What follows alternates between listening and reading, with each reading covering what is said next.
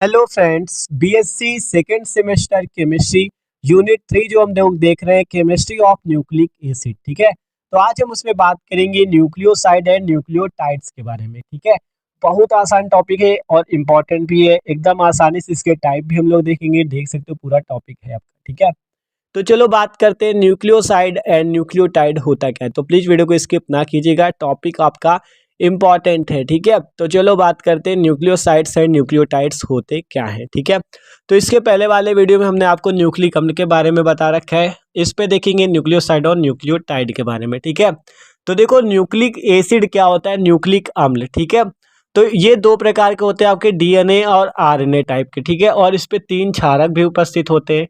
ये सब हमने इसके पहले वाले वीडियो में देखा हुआ है, तो वो जाके चेक कर सकते हो। ठीक है, जैसे देख सकते हो न्यूक्लियोसाइड में न्यूक्लिक अम्ल के 2 आधारी घटक होते हैं। कौन कौन सा? नाइट्रोजनी क्षारक, पेंटोस शर्करा। न्यू अगर बात करें न्यूक्लिक एसिड की, तो उस पे 3 आपके होते हैं क्षारक। कौन कौन से? नाइट्रोजिनस बेस, देखो पहला नाइट्रोजिनस बेस, दूसरा पेंटोस शुगर, तीसरा फास्फोरिक एसिड। ये 3 आपके क्षारक होते हैं न्यूक्लिक अम्ल में। ठीक है, और न्यूक्लियोसाइड जो होता है इस पे केवल इस न्यूक्लिक अम्ल के 2 होते हैं। मतलब देखो ध्यान से पढ़ो, न्यूक्लिक अम्ल के 2 आधारी घटक होते हैं। कौन कौन सा? नाइट्रोजिनस बेस और पेंटोस शुगर, मतलब फास्फोरिक एसिड इसमें नहीं होता। ठीक है, ये बात है आपके न्यूक्लियोसाइड की। ठीक है, और जो न्यूक्लियोटाइड होगा इस पे 3 होंगे। देखो phosphoric acid, pentose sugar and nitrogenous base, इस पे 3 होंगे न्यूक्लियोटाइड में। तो ये बात है, न्यूक्लियोसाइड में आपके 2 आधारी घटक होंगे न्यूक्लिक अम्ल के, लेकिन न्यूक्लियोटाइड में 3। ठीक है, ये बात समझ में आ गई, सिंपल एकदम। आप देखो न्यूक्लियोसाइड को देखो, कह रहा है न्यूक्लियोसाइड में न्यूक्लिक अम्ल के 2 आधारी घटक होते हैं, नाइट्रोजनी क्षारक, नाइट्रोजिनस बेस, पेंटोस शुगर, जिससे आपका न्यूक्लियोसाइड बन जाता है। ठीक है, आप देखो आगे क्या कहा गया उपस्थित शर्करा के आधार पर न्यूक्लियोसाइड 2 प्रकार के होते हैं, 2 टाइप ऑफ न्यूक्लियोसाइड। पहला राइबो न्यूक्लियोसाइड, इसमें क्या होता है आपका, देखो राइबो न्यूक्लियोसाइड में इसमें राइबोज शर्करा होती है। ठीक है, कैसी शुगर होती है इस पे? राइबोज, राइबो न्यूक्लियोसाइड में। ठीक है, और ये आरएनए से प्राप्त होते हैं। ठीक है, राइबोन्यूक्लियोसाइड आरएनए से प्राप्त होते हैं और इस पर राइबोज शर्करा होती है। और डीऑक्सीराइबोन्यूक्लियोसाइड, इसमें डीऑक्सीराइबोज शर्करा होती है तथा ये डीएनए से प्राप्त होते हैं। ठीक है, तो ये बात है राइबोन्यूक्लियोसाइड और डीऑक्सीराइबोन्यूक्लियोसाइड की। ठीक है, अभी आपको बताते एग्जाम्पल से कैसे। ठीक है, तो देखो आपको यहाँ पे एडिनिन, गुआनिन, साइटोसिन इन सब का दिया गया। देखो 2 डिग्री डीऑक्सी एडिनोसिन। ठीक है, वो मतलब पूरा दिया गया आपको। ये चारों देखो, गुआनिन का दिया गया है। ठीक है, इसी प्रकार साइटोसिन का दिया गया है और थायमिन का भी दिया गया है। तो ये डीएनए में प्राप्त होने वाले हैं आपके, मतलब डीऑक्सीराइबोस वाले हैं। ठीक है, डीऑक्सीराइबो न्यूक्लियोसाइड हैं आपके। ये एग्जांपल जो देख सकते हो ये डीऑक्सीराइबो न्यूक्लियोसाइड के हैं। ठीक है, आप बात करें राइबो न्यूक्लियोसाइड के एग्जांपल देख सकते हो आप लोग यहाँ पे। ये देखो डीएनए में प्राप्त होने वाले ये न्यूक्लियोसाइड थे, अब आरएनए में प्राप्त होने वाले देखो वही तो राइबोज वाले होंगे।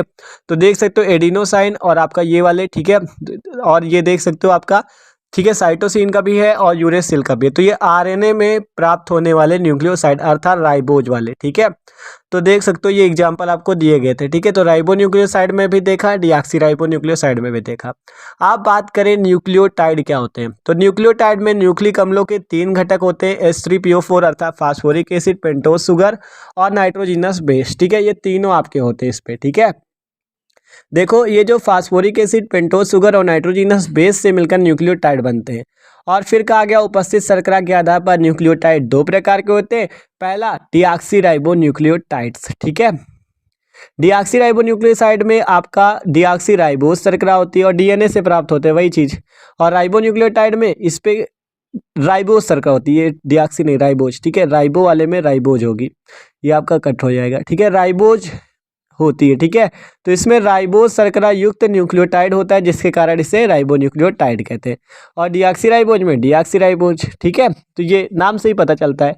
तो ये बात, अब इसके भी एग्जाम्पल आप लोग देख सकते हो यहाँ पे। ठीक है, डीऑक्सीराइबोज और राइबो का। ठीक है, तो डीऑक्सीराइबो न्यूक्लियोटाइड्स का आपका क्या होता है, देखो इस पे डीऑक्सीराइबोज शर्करा होती है और राइबो पे राइबोज। ठीक है, तो देखो, तो अब बात करें इस पे जो फास्फोरिक एसिड, पेंटोस शुगर, ये सब क्या है। तो देखो फास्फोरिक एसिड की बात करें तो फास्फोरिक एसिड का फॉर्मूला होता है H3PO3। ठीक है, ये फास्फोरिक एसिड होता है यहाँ पे। ठीक है, तो और आपका देखो H3PO4, सॉरी यहाँ पे H3PO4 होता है, ये फास्फोरिक एसिड का फॉर्मूला होता है। ठीक है, अब बात करें पेंटोस शुगर क्या होती है, तो देखो पेंटोस शुगर आपकी 2 टाइप की होती है। ठीक है, पेंटोज शर्करा जो होती है दो टाइप की होती है, पहला राइबोज, ठीक है, राइबोज न्यूक्लियोस, आप कह सकते हो राइबोज और डीऑक्सीराइबोज, ठीक है, राइबोज न्यूक्लिक अम्ल और डीऑक्सीराइबोज न्यूक्लिक अम्ल, राइबोज से आरएनए और डीऑक्सीराइबोज का मतलब डीएनए, ठीक है।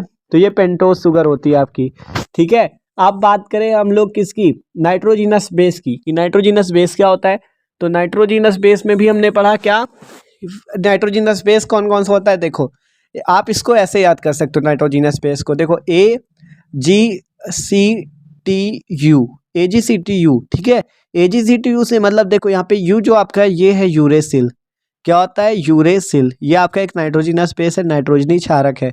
फिर T जो है आपका ये है थायमीन, क्या है थायमीन, ठीक है, थायमीन हो गया आपका। फिर ये जो A है इसका मतलब एडानीन, ठीक है, एडिनिन आपका, तो ये देखो एडिनिन हो जाएगा। और ये जो G है ये आपका क्या है गुआनिन, ठीक है, गुआनिन है। और C आपका साइटोसिन है, ठीक है, C क्या है साइटोसिन है। तो इनको आपको याद रखना है, नाइट्रोजिनस बेस है आपके, ठीक है। तो आप आपका कन्फ्यूजन क्लियर हो गया होगा। देखो नाइट्रोजिनस बेस क्या होता है, फास्फोरिक एसिड क्या होता है और पेंटोज शुगर क्या होता है, ठीक है। एकदम आसानी से आप फास्फोरिक एसिड भी समझ सकते हो, पेंटोज शुगर भी समझ सकते हो, नाइट्रोजिनस बेस भी समझ सकते हो, ठीक है। तो इन्हीं तीनों चीज़ की बात यहाँ पे की गई है, ठीक है।